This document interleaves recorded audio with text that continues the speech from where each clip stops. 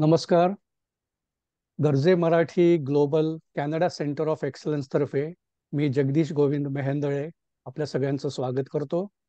गौरव मराठी मनाचा या अंतर्गत आज आपण एका सुपरिचित अशा मराठी उद्योजकेची मुलाखत आपण आज ऐकणार आहोत, बघणार आहोत. आणि अर्थातच मुलाखत घेणार आहे मृदुला. तर आता मी सर्व सूत्र मृदुलाच्या हाती सुपूर्त करतो. Mridula, please proceed. नमस्कार. मी मृदुला. गौरव मराठी मनाचा या मालिकेमध्ये आपल्या सगळ्यांचं अगदी मनपूर्वक स्वागत. आज या मालिकेमध्ये आपण अशा एका स्त्रीला भेटणार आहोत ज्या स्त्रीच्या यशाचं माप हे काही तिने मिळवलेल्या असंख्य पुरस्कारांमध्ये नाही, तर तिच्या यशाचं माप आहे तिने घडवलेल्या शेकडो विद्यार्थ्यांच्या आयुष्यातलं परिवर्तन. चित्रलेखा पोतनीस. चित्रलेखा, आपलं खूप खूप स्वागत. नमस्कार. मी चित्र चित्रलेखा पोतनीस. नावच किती सुंदर आहे चित्रा. खूप छान वाटतंय तुला बघून, आणि अर्थातच तुझ्यातलं ते तेज, आणि आज जे काही तू नाव कमवलेलं आहे कॅनडामध्ये. तर चित्रलेखा अभियांत्रिकीचं शिक्षण तिनं भारतातच घेतलं होतं, आणि मग ती कॅनडात आली.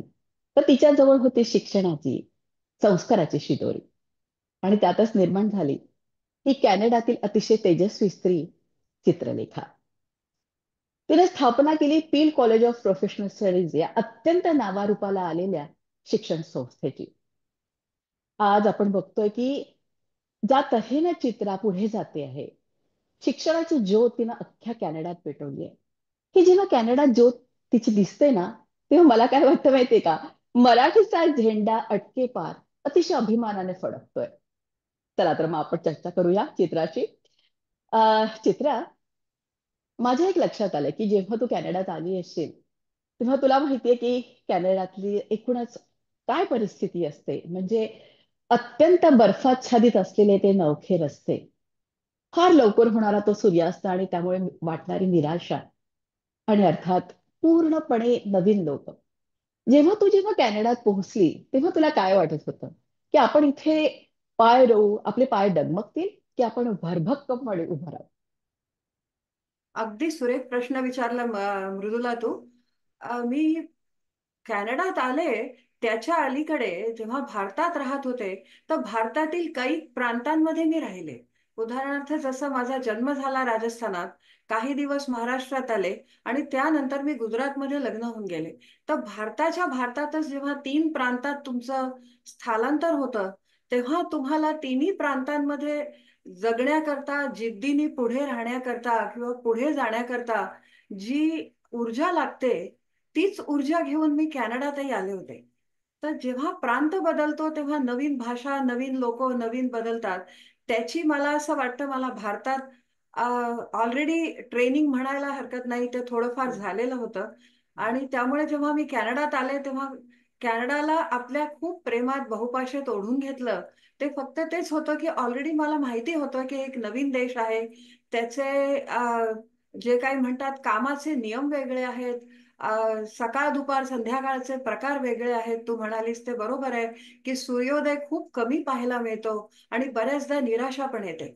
पण तुम्हाला जी काम करायची जिद्द आणि तुम्हाला पुढे जाण्याची जी जिद्द असते, ती तुम्ही जर कायम मनात ठेवली, तर त्याच्यातून तुम्हाला या सगळ्या गोष्टींचा कधीच काही परिणाम होत नाही. तर मी अगदीच या माध्यमातून सांगू इच्छिते की तुम्ही लोक जे कोणी म्हणजे स्थलांतर होऊन कॅनडात येता, तो ते आज थंड आहे, आज ऊन नाही आहे, आज रात्र झाली आहे, ह्या सगळ्या विचारांना बाजूला ठेवून तुम्ही आपलं ते तुमचं जे ध्येय तुम्ही घेऊन आलात अगदी साध्य करायला, ते नक्की तुम्ही त्याच्याकडे लक्ष द्या. आणि आय एम शुअर की तुम्हाला नक्की ते साध्य करता येईल. अगदी बरोबर आहे. म्हणजे हे जे काही बाह्य कारण आहेत त्याकडे तू दुर्लक्ष केलं, कारण तुझ्या मनामध्ये एक ज्योत तेवत होती. तर मला असं विचारावंसं वाटेल की peel college of professional studies या कॉलेजची आपण स्थापना करावी, असं तुला का वाटलं? आणि तुझ्या मनात हा जेव्हा विचार आला तेव्हा आपल्या अनेकदा काय वाटतं की लोकांना काय वाटेल, किंवा आपण यशस्वी होऊ का, घरच्यांची साथ, या सगळ्या गोष्टी अतिशय महत्वाच्या असतात. तर ती सुरुवात कशी झाली? अगदी अगं, बरोबर आहे. माझं जे शिक्षण आणि जो काही माझा एक्सपिरियन्स आहे, तो मागील कित्येक वर्षाचा शैक्षणिक क्षेत्रातलाच आहे. तर अच्छा. असं नेहमीच वाटायचं की आपलंही एक म्हणजे कसं आपली एक संस्था असावी आणि आपणही त्या संस्थेच्या द्वारे शिक्षणाच्या द्वारे आपण समाजाला काहीतरी मदत करू शकू. आणि ही जी इच्छा होती ती भारतापासून चालत आलेली आहे. असं नाही की कॅनडात आल्यानंतर नवीन निघाली. पण हा जो किडा होता किंवा आपण जो म्हणतो की व्यवसाय करायची मनातली जी इच्छा होती, व्यवसाय करायची मनातील इच्छा, ती भारतापासून सुरुवात झाली आणि ती इथे आल्यानंतर ती मी चालूच ठेवली. जसं मी आधी म्हणाले, का सकाळ, दुपार, संध्याकाळ, रात्र, निराशा याचा कशाचाही माझ्या मनात विचार नव्हता. हम्म. आणि ती करत करत ठेवत मग मी इथे आल्यानंतर अगदी ठरवून टाकलं का आता आपल्याला एक संस्था इथे उघडायची आहे, कारण आता आपण इथे राहण्याचा विचार केलेला आहे. पण ती संस्था उघडायच्या आधी शिक्षण पद्धती जर पाहिली तर भारतातली शिक्षण पद्धती वेगळी आहे आणि कॅनडातली शिक्षण पद्धत पुन्हा वेगळी आहे. तर मी आल्या आल्या विचार करत होते, मी खरंच सांगते की प्रयत्न केला. सरकारकडनं काहीतरी सरकारकडे ऍप्लिकेशन केली आणि त्यांच्याकडनं त्यावेळेस आम्हाला त्यांनी एक डीव्हीडी दिली का तुम्हाला कॉलेज जर काढायचं असेल तर तुम्ही काढू शकता, पण हे सगळं तुम्ही वाचा आणि फॉर्म भरा. हम्म. अगं जरी शिक्षणाचा अनुभव होता, शिक्षण देण्याचा अनुभव होता, तरी शिक्षण संस्था चालवण्याचा अनुभव नव्हता. आणि दोन्ही शिक्षण प्रणाली वेगळ्या वेगळ्या आहेत, वेगवेगळ्या आहेत दोन्ही देशांच्या.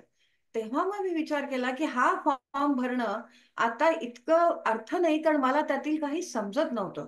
मी विचार केला त्यानंतर आपण काही वर्ष इथल्या कॉलेजेसमध्ये काम करू. आणि म्हणून मी एक 10-15 वर्ष वेगवेगळ्या कॉलेजेसमध्ये वेगवेगळ्या पदांवर वेगवेगळ्या डिपार्टमेंटमध्ये, जे डिपार्टमेंट माझ्या आतमध्ये माझ्या याच्या लिमिट्समध्ये येत नव्हते तरी आउट ऑफ वे जाऊन काम केलं आणि तिथून ते शिकले. आणि त्यानंतर जेव्हा असं वाटलं की आता मी स्थायिक म्हणजे आता मला या कॉलेज व्यवसाय उघडायचा ज्ञान झालं आहे, ज्ञान आला आहे, कारण त्या एक्सपिरियन्सच्या माध्यमातून. त्यानंतर मग मी ते सुरू केलं. पण संस्था चालू करायचं हे मात्र स्वतःचा व्यवसाय सुरू करायचा हा मात्र डोक्यात होताच. आणि एक गंमत म्हणून सांगते, मला आठवतं 2008 साली, 8ची गोष्ट असेल, मी राहते कॅनडात टोरंटोमध्ये. आणि तिथे अच्छा. ब्रॅम्पटन एक एरिया आहे, त्या ब्रॅम्पटन गावात राहते. तिथे 2008 साली मी तेव्हा जेव्हा तुला सांगितलं की मी ती डीव्हीडी घेऊन आले आणि हम्म. त्यानंतर मी स्टील्स वरती अशी गाडी घेऊन फिरायचे की कुठे आपलं कॉलेज असेल किंवा कुठे आपली संस्था असेल आणि आपलं कुठे खोली असेल, आपण कुठे बसू, कुठलं फर्निचर आपण ऑर्डर करू, इथपर्यंत डोकं गेलेलं होतं. पण व्यवसायाची जे अ, बारकाई होती ती तेव्हा मला माहिती नव्हती. ते स्वप्न होतं फक्त. त्यानंतर मी कित्येक म्हणजे 8 नंतर 15 पर्यंत मी काम केलं. हम्म. आणि त्यानंतर मग मी माझी संस्था म्हणजे आता ही संस्था पुन्हा सांगते की टोरंटोतल्या मिसिसागा या गावात आहे. तेव्हा मी हम्म. ब्रॅम्पटन मध्ये फिरत होते. पण आता किती वेळा मागे वळून पाहिलं की हसायला येतो त्या रस्त्यावरून आपण जर गेलो की अरे आपण इथे पहा विचार करत होतो. पण किती आपण म्हणजे आपल्याला खोळा हा शब्दही म्हणायला हरकत नाही, पण खोळेपणामध्ये सुद्धा ऊर्जा होती का कुठेतरी आपल्याला पुढे जायचंय.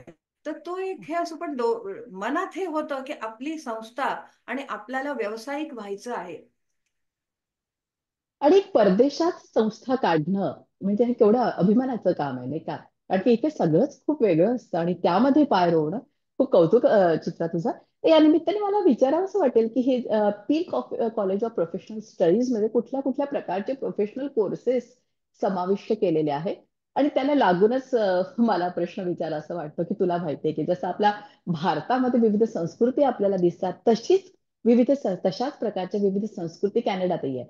मग इथे तुला एखादा विद्यार्थी जमैकाचाही असू शकतो, ते एक चायनाचा नाही तर मेक्सिकोचा.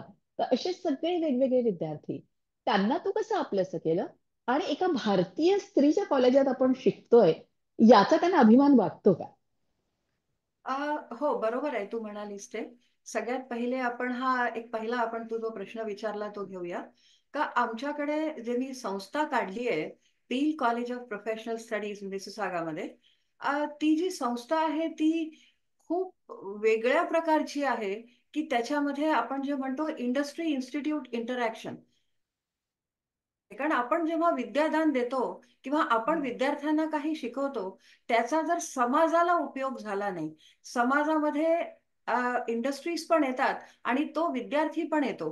त्याच्यामध्ये कसं आहे की इंडस्ट्रीनी त्यांना जर का नोकरी दिली आणि त्यांना नोकरी मिळाली म्हणजे त्यांना पैसा मिळाला विद्यार्थ्यांना, म्हणजे त्यांचा पगार मिळाला, म्हणजे त्यांचं घर चाललं, म्हणजे तुम्ही सामाजिकरित्या मदत करता.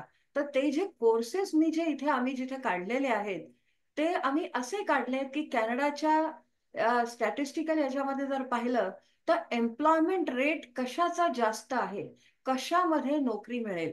कारण कॅनडा हा जो देश आहे हा इमिग्रंट कंट्री आहे.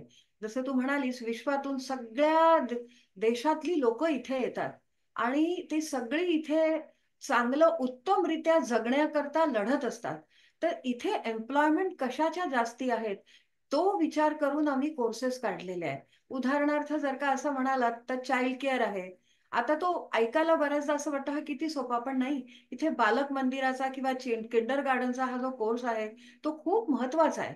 कारण सरकार म्हणतं ही लहान मुलं आमचं भविष्य आहे, त्यांना किती चांगल्यारीत्या तुम्ही मोठं करता आणि कसं शिकवता आणि कसं तुम्ही वर्कफोर्समध्ये आणता ते महत्वाचं आहे. तशा रीतीने मेडिकल ऑफिस ऍडमिनिस्ट्रेशन आहे, कस्टमर सर्व्हिस आहे. आता कस्टमर सर्व्हिसचा जर का आपण विचार केला, आपण हिंदीत म्हणू शकतो की ग्राहकी सेवा किंवा ग्राहकाची सेवा प्रत्येक देशाप्रमाणे वेगळी आहे. कारण त्यांची तिथे ऍटिट्यूड प्रत्येकाचं म्हणजे समज प्रत्येक देशाचा वेगळा वेगळा असतो. पण हे सगळ्या देशातून इथे आलेली लोक इथे आल्यानंतर केनेडियन वर्क कल्चरमध्ये जेव्हा ती येतात आणि त्या केनेडियन कस्टमर्सशी जेव्हा ते बोलतात तुमच्या आमच्याशी केनेडियन, त्यांना ते शिकवावं लागतं. तर ते एक वेगळा एक त्याचा पण एक वेगळी धुरा किंवा एक वेगळा प्रकार आहे तो हो, समजायला हवा. खूप लहान लहान चॅलेंज आहे गोष्टी वेगळं. आहेत त्या. त्यानंतर अकाउंटिंग अँड पेरोल आहे, मोबाईल ऍप डेव्हलपमेंट आहे, एआय अँड मशीन लर्निंग आहे, फूड सर्व्हिस वर्कर आहे. पण हे सगळे प्रोग्राम जर आपल्या कॉलेजचे पाहिलेत तर ते सगळे एम्प्लॉयबिलिटी आहे, एम्प्लॉयबल आहेत. आणि जवळजवळ आमच्या कॉलेजमध्ये आम्हाला 250 ते 300 इंडस्ट्रीजनी सपोर्ट केलेला आहे. त्याला आपण म्हणतो पार्टनरशिप. कारण प्रत्येक प्रोग्रामला आपण इंटर्नशिप हा लावलेलाच आहे. वर्गात शिका, त्यानंतर आम्ही तुम्हाला इंटर्नशिप देऊ आणि तुम्हाला नोकरी करता मदत करू. तर त्या हा जो प्रकार आहे तो असा की आपण शिकवतो आणि त्यांचं जीवनही बनवतो नवीन देशात इथे राहण्याकरता. तर तो एक भाग आहे. त्यामुळे असा एक वेगळा इंडस्ट्री इन्स्टिट्यूट इंटरॅक्शन याच्यावर फोकस केलेला आहे along with quality of education. आणि दुसरा प्रश्न तू तुम्हाला विचारलास की वेगवेगळ्या देशातून इथे लोक येतात. खरंच खूप छान वाटतं, खूप मजा वाटते. आधी भारतात असताना माझ्या देशात राहत असताना मी जॉग्रफीच्या पुस्तकामध्ये बऱ्याच देशांविषयी माहिती वाचली, पण कधीच त्या लोकांशी संपर्क करायचा कधीच अनुभव आला नाही आणि कधीच नाही. पण खूपदा माझ्या मनात विचार असायचा की अरे ह्या देशातली लोक कशी राहत असतील, यांची मनोवृत्ती कशी असेल, हे काय खात असतील. ते मनात विचारायचे. आणि इथे आल्यानंतर त्यांच्याशी जेव्हा संवाद करायला मिळतो, त्यांच्याशी म्हणजे एक त्यांच्याबरोबर वेळ घालवायला मिळतो, तर ती एक खूप गंमत वाटते. म्हणजे अगदी असं वाटतं की चला आपण जे पुस्तकात वाचत होतो ते. आणि दुसरी गोष्ट महत्वाची, अगं कुठल्याही देशातून आलीत तरी ती शेवटी आपल्यासारखी माणसंच आहे. रंग बदलला तरी हो. त्या आपल्या रक्तवाहिनी त्याच आहेत, बाकी स्ट्रक्चर आपलं तेच आहे. फक्त त्यांचं जे अपब्रिंगिंग म्हणा किंवा त्यांची विचाराची असते ती ठेवण आपल्यापेक्षा वेगळी आहे. तर त्या ठेवणीचा पण तुम्हाला थोडासा अभ्यास करावा लागतो, त्यांच्या हृदयापर्यंत जायचा. पण तशी ती म्हटलं तर ती आपली माणसंच आहेत. त्यामुळे त्यांच्याशी मैत्री करणं तसं काही कठीण नाही. पण तुम्हाला स्वतःला त्याचं ट्रेनिंग द्यावं लागतं डोक्याला, की थोडीफार त्यांची माहिती वाचावी लागते. पण हे आपलेच बंधू आहेत सगळे. अगदी खरं आहे. आणि म्हणजे आपलेच बंधू समजा तू त्यांना समजली तरच तू त्यांना आपलंसं करू शकशील, नाही का? नक्की नक्की. आणि म्हणूनच मला असं दिसतंय नेहमीच तुझे मी विविध फोटोज बघत असते की ते तू एकत्र कुटुंब म्हणून हे निर्माण केलंय, जे आपण म्हणतो ना वसुधैव कुटुंबकम. जगभरातली लोक इथे आली आहेत परंतु ती एका कुटुंबासारखी आहेत. तर हे सगळं मी ऐकते, मला खूप छान वाटतं चित्रा. पण काय वाटतं हे जे तुझ्यातले संस्कार आहेत, ही तुझ्यातली विद्या आहे, ही कुठेतरी आपल्या आईवडिलांचे संस्कार, आपलं कुटुंब, याला तू किती महत्व देते? आणि अर्थातच तुझ्या पतीचं यामध्ये किती योगदान आहे? ही तर गोष्ट मृदुला खरी आहे. आपण आपल्याकडे एक शब्द आहे पहा, मध्ये एक संस्कृतमध्ये हं, वसुधैव कुटुंबकम. अगं सगळं विश्व जे आपल्या बरोबर आहे ते कुटुंबाचंच आहे. तर कुटुंब हा जो असतो तो आपण जिथे जन्मतो, ज्या घरामध्ये आणि ज्या कुटुंबात जन्म घेतो, त्यांनाही आपण तुम्ही कुटुंबच म्हणता आणि त्यांच्याबरोबर प्रेमानं राहण्याचा प्रयत्न करता. तसं कर्मस्थान कर्मदेश जो आपला माझा आहे हा, त्याही हं, देशातली जी लोक आहेत तीही माझ्या कुटुंबाचीच आहेत. तर त्यांनाही तुम्हाला आपलंसं करून घेणं आणि तोही आपल्या कुटुंबाचा भाग आहे, हा एक मनात विचार आणणं फार महत्वाचं आहे. तर या नवीन देशात तुम्ही पाय तुमचा रोळू म्हणजे एक स्ट्रॉंग करू शकता. आणि राहिलं पर्सनल कुटुंबाच्या बाबतीमध्ये, तर नक्कीच आपल्या कुटुंबाची तर साथ असावी. जसं मी तुला म्हटलं की कुठलाही व्यवसाय सुरू करायचा म्हटला आणि नक्कीच तो परदेशामध्ये, ते इतकं सोपं नाहीये. कारण तुमच्या देशामध्ये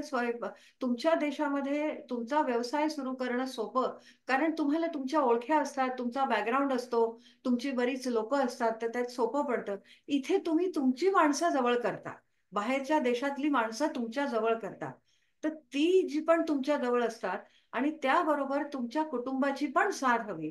तर कुटुंबाची तर साथ असतेच आणि आहेच, नवऱ्याची साथ आहे. त्याच्या वाचून तर हे मला असं वाटतं हे शक्यच नाही. म्हणजे आज मी जिथे बसले किंवा जिथे पोहोचले आहे, त्याच्या मागचा खूप मोठा जर का सपोर्ट म्हटला, तर तो माझा लाईफ पार्टनर माझा नवराच आहे. कारण त्याच्या वाचून मी अपूर्णच आहे असं म्हणायला हरकत नाही. जीवनात तर आहेच, पण व्यावसायिकरित्या पण मी अपूर्ण आहे. फार छान. आणि मला असं वाटतं की तुझे वडील सुद्धा स्वतः म्हणजे बिट सारख्या अतिशय नावाजलेल्या शिक्षण संस्थेमध्ये शिक्षक होते. आणि अर्थातच आईचे संस्कार या दोन्ही गोष्टी तुझ्यासाठी महत्वाच्याच आहेत आणि त्या सगळ्या घेऊनच आज तू या यश शिखरावर पोहोचलेली आहे. अगदी बरोबर. मृदुला, तू आता एकदम वडिलांची आठवण केली तर बोलल्या वाचून मला 2 मिनिटं राहवत नाही. आई वडील दोन्ही महत्वाचे हे आपल्याकरता असतात. पण खरोखर तू म्हणालीस तसं की विद्याचं जे क्षेत्र मी चालू केलं, PE college of professional studies, ते त्याच्या मागचा जो अंश किंवा एक पॉइंट आहे ना, तो बिट्सचाच आहे. खूप लहान तोंडी मोठा घास. माझी त्या संस्थेची कुठेच तुलना नाही. पण माझे वडील Birla institute of technology, Pilani, तिथे प्रोफेसर होते, सिव्हिल इंजिनिअरिंग मध्ये डॉक्टरेट होते आणि तिथेच माझा जन्म झाला, तिथे मी शिक्षण घेतलं. तर त्या बिट्सची जी संस्था तुम्ही पाहिली, तर त्याच्यामध्ये त्यांनी इंडस्ट्री इन्स्टिट्यूट इंटरॅक्शन कायम त्यांनी महत्वाचा ठेवलाय. घरी वडील आल्यानंतर मला घरी आल्यावर सांगायचे, सुट्टीच्या दिवसामध्ये मी म्हणायचे, अहो तुम्ही कुठे चाललात बाबा, आमच्या बरोबर थोडा वेळ घालवा. नाही, हम्म. माझ्या सिव्हिलच्या विद्यार्थ्यांना घेऊन मी भाकरा नंगलला त्यांना प्रॅक्टिकल ट्रेनिंग द्यायला चाललोय. वा. अगं वर्गात शिकवणं वेगळं, पण प्रॅक्टिकली विद्यार्थ्यांना ते कळलं पाहिजे की ते काय करतायत. तर त्याचा जो बाळकडू किंवा त्याचा जो एक पाया होता, तो अगदी. लहानपणापासून त्याच्यात माझ्या डोक्यात शिरला होता की हम्म. थेअरी बरोबर हे मिक्स करणं फार महत्वाचं आहे. आणि ती संस्था पाहिली, तिथलं ते जन्मस्थान आहे, तर ते छान वाटतं ते पाहिल्यावर. कारण सरस्वती मातेचा त्या गावावर खूपच उत्तम हात आहे. तर त्याचा हात माझ्याही डोक्यावर आहे याचा खूप मला आनंद होतो. हा, खरंय. आणि आता त्याचमुळे मला असं वाटतंय की जसं तू नेहमी म्हणते की शिक्षण म्हणजे केवळ अभ्यास नाही, तर ती एक जीवन जगण्याची कला आहे. नाहीये. आणि त्याचबरोबर मी जे काही तुला ओळखतेस त्याप्रमाणे मला असं वाटतं की तुला अत्यंत अध्यात्माची देखील आवड आहे. तर तुला काय वाटतं, हे अध्यात्म आणि तुझा हा व्यावसायिक दृष्टिकोन किती मदत होते? ह्याचा मिक्स किंवा करणं मृदूला खूप गरजेचं आहे अगं. हा. कारण व्यवसाय करतो आहे आपण, हे म्हणतात लोक, व्यवसाय करते चित्रा. पण अहो, ते व्यवसाय करणं म्हणणं हे फार खूप सोपं आहे. पण ते चॅलेंज असतं त्याचं, इतकं सोपं नाहीये. तर ते अध्यात्माकडे जर तुमचा कल असला, तर तुम्हाला ज्या व्यवसायात ज्या चॅलेंजेस येतात किंवा ज्या त्रास तर म्हणा, चॅलेंजेस म्हणा तुम्ही काही, त्याचा तुम्हाला अध्यात्माचा खूप फायदा होतो. आणि हम्म. आणि कसं असतं की शिक्षण देतोय, लोकांशी तुम्ही संवाद करताय, त्यांचं तुम्ही जीवन बनवताय, तर तुम्हाला जीवनाचा अर्थ कळणं खूप महत्वाचं आहे. अध्यात्माचा जीवनशैली कशी असावी, अध्यात्म असणं किती महत्वाचं आहे. कारण आपण कसं आहे की ज्याला म्हणतो ना की आम्ही ज्याच्याशी संवाद करतो रोज, ते बायोलॉजिकल मशीन्स आहेत, माणसं आहेत ती, त्यांच्याशी आपला संवाद होत असतो. तर आध्यात्मिकरित्या जर का तुम्ही त्या शरीराला समजू शकला, आध्यात्मिकरित्या शरीराला समजू शकल्या, तुम्ही ब्रेन वाईज त्यांना समजू शकला, तर तुम्हाला तो काम किंवा त्यांच्याकडनं किंवा तुमचं काम करणं सोपं जातं. तर अध्यात्म जे आहे ते तुम्हाला तुमच्या व्यवसायात मदत करतं. आणि ते खूप मला असं वाटतं, म्हणजे ह्या माध्यमातून मी सांगू इच्छिते की ह्याच्याकडे खरंच सगळ्यांनी थोडा थोडा नक्की जाण्याचा प्रयत्न करा. आणि ते फार गरजेचं आहे, कारण अध्यात्म करत असताना तुमचं जीवन डिसिप्लिन्ड होतं, तुमचं जीवनशैली तुमची एक वेगळ्या प्रकारची बदलते. आणि तुम्ही जे विचार करता, तुम्ही जे खाता, तुम्ही जे पिता, त्याचा त्याचा तुमच्या चेहऱ्यावरती, त्याचा तुमच्या जीवनावर असर पडतो. आणि चेहऱ्यावर, जीवनावर म्हटला म्हणजे मेंदूवर पण. मग मेंदूवर पडला म्हणजे तुम्ही जो काम करता त्याच्यावरही असर होतो. त्यामुळे तुम्हाला ते यशाकडे घेऊन जाण्याचा करता मदत तो करतं. एक मार्ग आहे. नक्कीच अगदी खरं. करावं असं मला वाटतं. वा, फार छान, फार छान. अर्थातच त्याच्यामुळे मला माहितीये की हे सगळं करत असताना निराशा पण बरेचदा पदरी पडते. कुठलीच गोष्ट इतकी सोपी नसते, त्यासाठी प्रचंड मेहनत असते. तर मला असं विचारायचंय की असा कुठला क्षण होता का सगळं सोडून द्यावं? पण त्याचबरोबर असा कुठला क्षण होता का की ज्यामध्ये तुला असं वाटतं की तुझ्या मेहनतीचं यश मिळालं, तुला शाबासकी मिळाली? कुठले हे भावनिक क्षण? आता आपण बरोबर बोललीस. आपण पॉझिटिव्ह याच्याने विचार कर, म्हणजे सुरुवात करूया. हा. निराश मी नंतर सांगते, पण चांगलं आपण पॉझिटिव्ह थॉट ज्याला म्हणतात त्यांनी. तर नक्कीच असे काही क्षण माझ्या जीवनात आलेत. आणि ह्याच देशात आलेत, बाहेर म्हणजे आपल्या भारतीय देशातही आलेत, अशातला भाग नाही. हम्म. मी त्याची सुद्धा, भारताची सुद्धा ला धन्यवाद देते, कारण तिथे जन्म झाला. मी तुम्हाला गाव सांगितलं कुठे आहे, कुठे झाला तो. तिथे जन्म झाला, तिथे मी शिकले. सरस्वती मातेनी माझ्या डोक्यावर हात ठेवला, तिथे लेखणी हातात घेतली, क ख ग ग ABCD सगळं शिकले. आणि त्या शिक्षणाचा उपयोग मी, म्हणजे ते शिक्षणाचा व्यावसायिकरित्या इथे उपयोग केला. तर मी भारताची नक्कीच, मी भारताला नक्कीच थँक्स देईन. आणि ज्याला म्हणतात की थँकफुल आहे, मला खूप म्हणजे आनंद होतो हे सांगायला की मी त्या देशातून आले आणि सरस्वती मातेचा हात माझ्या डोक्यावर आहे. तर तो तर एक भाग आहे, तिथेही यश मिळवलं. पण इथे आल्यानंतर काही यश जी आलीत ती ज्याला म्हणतात ना पारितोषिकाच्या रूपानं आलीत. तर अशी तर खूप पारितोषिक आहे, ती काही मला जास्त फारशी बोलायची नाहीत. पण काहीतरी अशी असतात की ती आठवणीत राहतात. जसं काही वर्षापूर्वी वर्ल्ड मार्केटिंग समिट जे झालं, आणि फिलिप कोटलर हा मार्केटिंगचा किंग म्हणायला हरकत नाही. तर फिलिप कोटलर अवॉर्ड जेव्हा मिळालं, आणि खरं सांगते की जेव्हा मी मास्टर्स करत होते इंडस्ट्रियल इंजिनिअरिंग मध्ये, तेव्हा माझ्या हातात 30 वर्षापूर्वी फिलिप कोटलरचं पुस्तक हो. होतं. मला आणि पण मला MBA हे असं करताना फिलिप कधी, कोटलरचं हा, पुस्तक होतं. मला हे असं कधीही वाटलं नाही की या पुस्तकाचा ऑथरच्या नावाने मला हे कोटलर अवॉर्ड मिळेल. खरंच म्हणजे खरोखर मी जेव्हा त्या दिवशी त्या स्टेजवर उभे होते, आम्ही जगातील 5-7 लोक, 8 लोक होतो, पण असं वाटलं अरे. आणि तो तिथून म्हणजे अमेरिकेतून शिकागो, कॅलिफोर्नियानं तो आम्हाला हे देत होता, म्हणजे ऍड्रेस करत होता.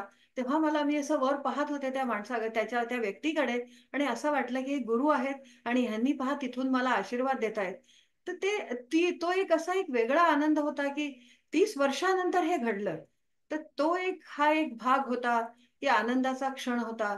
दुसरा एक महत्वाचा जो क्षण असा आला, मी तुला म्हटलं की कायमच माझ्या मनामध्ये शिक्षण ज्ञानदानाच्या व्यतिरिक्त सामाजिक सेवा ही सदैव माझ्या ह्याच्यात राहिलेली आहे. तर सामाजिक सेवेचं असं जर का म्हटलं तर काही वर्षापूर्वी मला केनेडियन सरकार, म्हणजे ह्या कॅनडा गव्हर्नमेंटनी, सरकारने Queen Elizabeth two platinum jubilee pin दिलं, अवॉर्ड फॉर वा. Community service. तर हा जो पुरस्कार किंवा हा जो ऑनर सरकारकडनं मिळाला, तो मला असं वाटतं की खूप मोठा आहे. महत्वाचं. काम हे जे कम्युनिटी सर्व्हिस जे होतं ते तर भारतापासून माझ्या चालत आलेलं आहे. मी भारतातही युनिसेफच्या प्रोजेक्ट्सवर काम केलं. बऱ्याच पोरींना व्यवसाय, म्हणजे ज्याला आपण म्हणतो वेश्यावृत्तीत जाऊ नये आणि त्यांना फोर्सेबली टाकण्यात आलं. त्यांना मी तिथून काढलं, त्यांना शिक्षण दिलं, त्यांना सामाजिकरित्या फॉस्टर केअरमध्ये तिथे पाठवलं, त्यांना मदत केली, त्यांना म्हणजे सगळ्याच रित्या केलं. चाइल्ड लेबर्सवर मी काम केलं, त्यांना शिकवलं की बेटा हे जे वय आहे तुमचं 7-9 वर्षाचं, ते तुमचं शिक्षणाचं वय आहे आणि ते अति गरजेचं आहे आणि हा तुमचा हक्क आहे. पोरींना शिकवलं की अरे हे जे तुम्ही करताय हे चुकीचं आहे, ह्या माध्यमातून पैसा कमवणं हे योग्य नाही. आई वडिलांनी जरी सांगितलं तरी सुद्धा तुम्ही आई वडिलांना याचा विरोध करा. तर हॅज अ ही जी सामाजिक, मग इथे आल्यानंतरही कित्येक स्त्रियांना मी म्हणजे ज्याला म्हणतात सपोर्ट केला, वाचवलं. देर आर मेनी स्टोरीज, बऱ्याच गोष्टी आहेत. पण ह्याचा तो जो कम्युनिटी सर्व्हिसचा याचा जो मला पुरस्कार मिळाला, तोही मला खूप बरं वाटलं आणि छान वाटलं. अगदी ज्याला म्हणतात पाठ थोपटल्यासारखे, की चला आपल्याला एक ह्या सरकारने या सगळ्या गोष्टींचा कामाचं मान्यता कौतुक दिली आणि केलं. एक शाबासकी. आणि हे कसं असतात, हे तसे तर बरेच पुरस्कार आहे, 1-2च मी बोलू इच्छिते, पण पुरस्कार हा एक तुम्हाला मोटिवेशन असतं. ते तुम्ही जे काम करताय अगदी. त्याची पावती असते. त्यामुळे तुम्ही पुढे पुढे चालत जाता आणि पुढे हम्म. करत जाता. आता आपण निराशेकडे जर का बोललो, तर निराशा ही जी असते ही प्रत्येक बाबतीतच असते. आता हा. निराशेला मी बोलले, पण मी एक गोष्ट अजून बोलू इच्छिते परत तिसऱ्या याच्यामध्ये, की जसं मी तुम्हाला आता सांगितलं की ते 2 पारितोषिकं जी होती ती मला माझ्या या कामाबद्दल, त्याच्यामध्ये तिसरं एक गंमत अशी, असा एक प्रकारचं पारितोषिक आहे यावर्षी आम्हाला दिलं. मी पील कॉलेज सुरू केलं, मी जसं सांगितलं नवीन स्थापना सुरू केली. पण माझ्यातली जी समाजसेवाची जी भावना आहे ती काही अशी थांबलेली नाहीये कुठेच. तर यावर्षी आम्हाला करिअर कॉलेज ऑन्टॅरिओ, ज्याच्यात आमचं कॉलेज स्थापना झालेली आहे, तिथे सुद्धा कम्युनिटी सर्व्हिसचा अवॉर्ड मिळालं माझ्या लिडरशिपमध्ये, की आपल्या देशात जे युक्रेनियन्स आलेत आणि त्यांना इथे आल्यानंतर कशाही प्रकाराने त्यांच्याकडे नोकऱ्या नव्हत्या, सुशिक्षित लोक होते, फ्लाईट भरून भरून इथे आलेत ते, पण ते शिकलेली होते, खूप उच्च शिक्षित होते, पण नोकऱ्या मिळत नव्हत्या, त्यांना समजत नव्हतं डावीकडे जावं उजवीकडे जावं. तर पील कॉलेजनी त्यांना जवळजवळ 6 महिने फुकट शिक्षण दिलं. वा. त्यांना शिक्षण दिलं कस्टमर सर्व्हिसमध्ये, किंवा आम्ही त्या काही शिक्षण दिलं आणि त्यानंतर त्यांना कामाला लावलं. त्याकरता म्हणजे करिअर कॉलेज ऑन्टॅरिओनी पण पॉल किचन अवॉर्ड आम्हाला दिला. वा. सांगण्याचा हेतू काय, की जो समाजसेवेचा जो किडा किंवा जो काही डोक्यात माझ्या आहे, ते माझ्या संस्थेच्या थ्रू सुद्धा मी मदत केली आणि त्याच्यातून यावर्षी आम्हाला पॉल किचन अवॉर्डही मिळालं. तर अशी जी गोष्ट असतात, ह्या ज्या गोष्टी तुम्हाला देतात त्या तुम्हाला प्रोत्साहित करतात आणि कुठे अगदी. कुठे पुढे जा पुढे जा याची चरैवेती पावती चरैवेती. दिली जाते. तर अगदी हा एक अगदी. भाग आहे. चला आपण परत निराशेकडे येऊ. निराशा ही असतेच अगं, पण जीवनामध्ये चॅलेंजेस हे असतातच. आणि निराशा ही, कारण आपण आपलं हे जे आहे बायोलॉजिकल मशीन आहे, याच्यामध्ये आशा आणि निराशा या ब्रेनमध्ये आपल्या बुद्धीत दोन्ही भरलेल्या आहेत. त्या अगदी. केव्हा उफळून येतात त्या आपण सांगू शकत नाही. मी तू तू जसं म्हणालीस की अध्यात्म नीतिशास्त्र वाचलेलं आहे शंकरांनी लिहिलेलं, तर ते नीतिशास्त्रामध्ये जर म्हटलं तर बरेचसे गुण असतात ते, आणि अवगुण आहेत मनुष्याच्या डोक्यामध्ये. ती केव्हा कुठला अवगुण उफळून येईल डोक्यात हे सांगता येत नाही. पण त्या गोष्टीला तुम्ही अध्यात्माद्वारे कसं तुम्ही कंट्रोल करता आणि कसं तुम्ही म्हणता की अरे आज मी निराश आहे, पण त्याच्यावर निराशेवर कसा तुम्ही मात करता, तो खूप महत्वाचा आहे. तर निराशा तर येतेच, पण त्याला अध्यात्म मदत करतं. म्हणून पुन्हा सांगते की ह्या ज्या गोष्टी अध्यात्माच्या आहे, मेडिटेशन आहे, मंत्र जाप आहे, किंवा तुमचा जो जीवनाचा दृष्टिकोन आहे, आणि सगळ्यात आधी अध्यात्मातून समाजाला देण्याची भावना डेव्हलप करा. पहा तुम्हाला किती आनंद अगदी होतो. अगदी अगदी. आणि तो जर तुम्ही देत राहिला ना, सारखा आज दिवसातून मला कोणाला तरी काहीतरी फुकट द्यायचं आहे बिना आशेचं, तो जर मनात भावना असली तर नक्कीच तुमच्या कामाला यश येईल आणि ती निराशा इमिजिएटली जाईल. अगदी अगदी. तर कुठल्याही प्रकारच्या आशा आकांक्षा नको आणि निराशेवरती अर्थातच आपल्या असलेल्या जिद्दीनं आपण मात करता येते. मी खरं तर तुला सांगू चित्रा, मागापासून तुझ्याशी बोलते, तुझ्याशी बोलतानाच मी खूप काही माझ्या लक्षात येत आहे की आपला हा जो इंटरव्ह्यू ऐकतायत ते मंडळी देखील कितीतरी घेऊ शकतात. तरी देखील जाता जाता एक छोटासा प्रश्न विचारा असं वाटतो. काय तुझे एक अनुभवाचे बोल? अनुभवाचे बोल हेच आहे सगळ्यांना. कारण आज आपण ज्या प्लॅटफॉर्मवर बोलतोय ते गरजे मराठी. आता आपण मराठी माणसं तशी पाहिलीत ना तर खूप जास्त व्यवसायात नाही आहोत जसे हम्म. बाकीच्या प्रांतातली लोक आहेत. मी ह्या माध्यमातून सांगू इच्छिते की सगळे जणांनी व्यवसाय उघडण्याचा नक्की प्रयत्न करा. आणि चॅलेंजेस आणि जिद्द ही कायम तुम्ही मनात ठेवा. कोणालाही जो काही व्यवसाय मी उघडला आणि जो काही लहान मोठा त्या अनुभवाच्या माध्यमातून स्त्री आणि पुरुष ज्यांना व्यवसाय उघडायचा आहे त्यांनी मला संपर्क करावा. मी नक्की माझ्या छोट्याशा अनुभवातून मी तुम्हाला मदत करीन. आणि गरजे मराठीद्वारे मला खरंच खूप छान वाटतं की अशा तऱ्हेने असे सुशिक्षित लोक अशी आपल्याला भेटायला मिळतात. आणि ह्याच्यातून बऱ्याच व्यावसायिक लोकांशी पण आपली मैत्री होते. आणि व्यवसाय करता आपण नक्की सगळ्यांना एकमेकाला साथ द्यावी.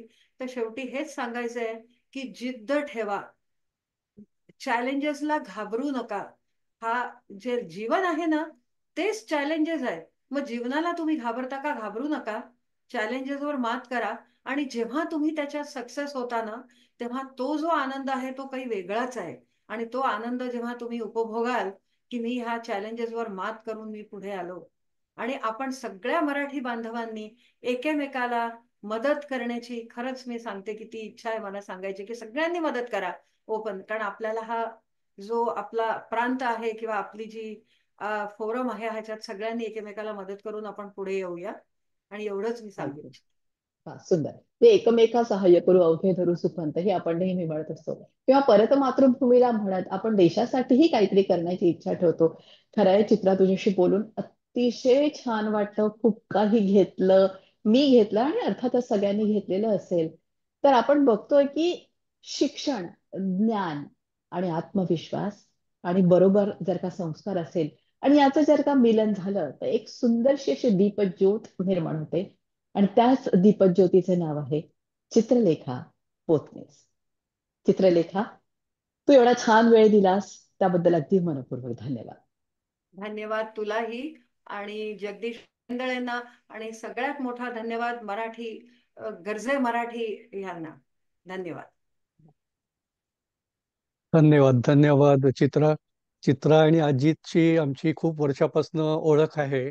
पण अच्छा. आज बऱ्याच नवीन गोष्टी कळल्या किंवा नव्याने गोष्टी कळल्या असं मी म्हणेन. आणि मला नक्कीच खात्री आहे की ह्या मुलाखतीमधनं आपले बरेच मराठी लोक प्रेरणा घेतील. आणि जसं चित्राने सांगितलं त्याप्रमाणे कुठल्याही प्रकारची मदत म्हणजे गायडन्स असो किंवा एक्सपिरियन्स शेअरिंग असो किंवा मेंटरिंग असो त्याच्यासाठी माझ्या मते चित्रा सर्वतोपरी मदत सगळ्यांना करेल हम्म. अशी मला नक्कीच खात्री आहे. अच्छा. जरूर. थँक्यू. थँक्यू अगेन चित्रा. थँक्यू. थँक्यू धन्यवाद. मृदुला.